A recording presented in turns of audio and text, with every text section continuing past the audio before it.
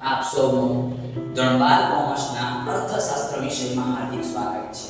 આપ સૌને આજે અર્થશાસ્ત્ર વિષયમાં ચેપ્ટર નંબર 5 ગરીબી અને તેમાંનો મુખ્યત્વે અને બોર્ડ માટે મહત્વનો પ્રશ્ન તે આ પ્રમાણે છે. ગરીબી એટલે શું?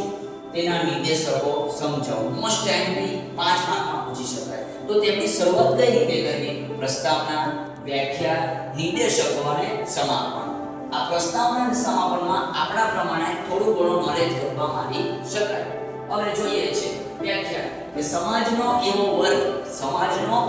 વર્ગ કે જેમની પાસે જીવન જરૂરિયાતની લઘુત્તમ વસ્તુઓ પણ નથી. જીવવા માટેની જેમ કે કપડા, રહેઠાણ, મકાન, શિક્ષણ, આરોગ્ય જે આજે જોઈએ છે પણ જેમની પાસે નથી તે બધા શું કરશે? ગરીબ કહેવાશે.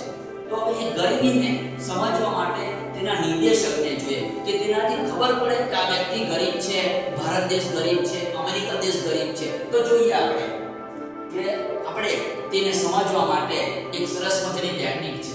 ગેરંટી આપું ટેકનિકથી 100% આ પ્રશ્ન તમને યાદ જ રહી જશે. એમાં પણ એવું જોઈએ ને કે એક છોકરો હોય અને તેની પણ 28 વર્ષ થાય એટલે લગ્ન કરવાની ઉંમર થઈ ગઈ અને તેનું નામ શું હતું? રવિ. તમારો દોસ્તાર રવિ. શું નામ હતું? રવિ. અને તેના લગ્ન શું નક્કી છે કે રવિના લગ્ન શું થઈ ગયા? નક્કી થઈ ગયા. તે વિચારે કે આપણે કોઈના ઘરની બનાવે તેવી રસોઈ બનાવીશું અને તેમાં સરસ મજાની વાનગી એટલે પિસ્તા બનાવે. શું બનાવે? પિસ્તા. વિચાર કરો કેટલા મોંઘા મળે. પિસ્તા બનાવે. પિસ્તા તે કે હું પણ દરેકના ઘરે લગ્નમાં ગયેલો. તમારે બી બધાને બોલાવવું પડશે. સબકો બોલાના પડેગા. સબ કિસકો બોલાના પડેગા? સબકો બોલાના પડેગા. સબ આएंगे. રવિના લગ્ન નક્કી થઈ ગયા. રવિ. ર પરથી રહેઠાણ, વી પરથી વીજળી, ન પરથી નીચો માથાની ખર્ચ, કી પરથી કુપોષણ, ક પરથી પીવાનું પાણી, શૌચાલય, ક પરથી તબીબી સુવિધા, સ પરથી શિક્ષણ, બ પરથી બેરોજગારીનો ઊંચી જોવા મળશે.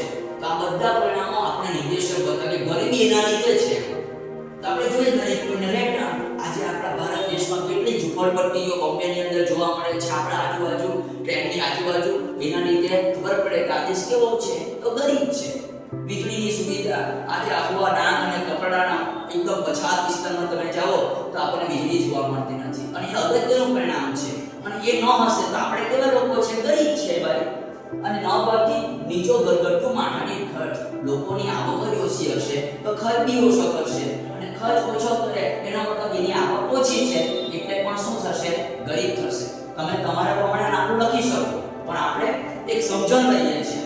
કુપોષણનું પ્રમાણ આજે ભારતની અંદર કેટલા લોકોનું શરીરમાં જે વિટામિન, ચરબી, પ્રોટીન, મિનરલ્સ આવું જોવા મળતું નથી. અને એક સર્વે થયું તેમાં 2014 કે 16 ની અંદર 15.2% જેટલા ભારતમાં લોકો કેવા હતા? કુપોષણથી પીડાતા. 15.2 MCQ માં આવી શકે. હા, ત્યાર પછી પીવાનું પાણી. આજે કેટલું ગંદુ પીવાનું પાણી લોકો પીએ છે. એક સર્વે થયું તેમાં 26% જેટલા લોકો તે નદી, ઝરણા, તળાવ અને જળાશયનું પાણી પીએ છે. તેના પર કહી શકાય કે આ લોકો ગરીબ છે જેની પાસે સારું પાણી પણ પીવાનું નથી. શૌચાલય. જ્યાં વિચારવાનો સમય મળે તે એટલે શૌચાલય. આજે આપણે જોઈએ ને કે 66% જેવા ઘરો છે જેમાં મકાનની અંદર જ શૌચાલય છે પણ 34% એવા લોકો છે ને 34% કે જેમની પાસે શૌચાલય નથી. એના મતલબ આ ભારત દેશમાં ગરીબ લોકો છે જેમની પાસે સુવિધા નથી. ત્યાર પછી આવશે તબીબી સુવિધા, ડોક્ટરની આરોગ્ય. તો એ સુવિધાની અંદર આપણે જોઈએ ને તો એમ કહેવાય છે કે અમેરિકા જેવા દેશમાં 350 એક ડોક્ટર ને આપણા ભારત દેશમાં 6000 વ્યક્તિ એક ડોક્ટર જોવા મળે. તો આટલા વ્યક્તિને એક ડોક્ટર કેટલા વર્ષ મરી પણ જાય માનો કે આપણા દેશમાં ડોક્ટર એટલા બધા ઉભા નથી થતા, એટલા બધા શિક્ષણ લેતા નથી કારણ કે ભારત દેશ ગરીબ જોવા મળે. શિક્ષણની વાત કરીએ, શિક્ષણમાં પણ ભારત દેશ બહુ પાછળ છે. પણ બ્રાઝિલ દેશમાં 91% જેટલા લોકો શિક્ષિત છે અને ભારતમાં કેટલા? 74.02%. યાદ રાખજો MCQ 74.02.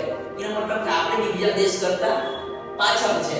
બેરોજગારીનો ઊંચો દર. ભારતમાં આજે કૂદકે ને પૂછકે લોકો બેરોજગાર જોવા મળે છે. શિક્ષિત બેકારી, મોસમી બેકારી, ઘર્ષણજન્ય આ બધી બેકારી જોવા મળે છે. તો આપણે આ દરેક પ્રશ્નને છેલ્લે સમાપન પણ લખી શકાય છે. તો આપણે આને ન્યાય આપવા માટે પરફેક્ટ લખાણ કરો. દરેક પોઈન્ટમાં આપણે એરો આપીને લખવાનું છે જેનાથી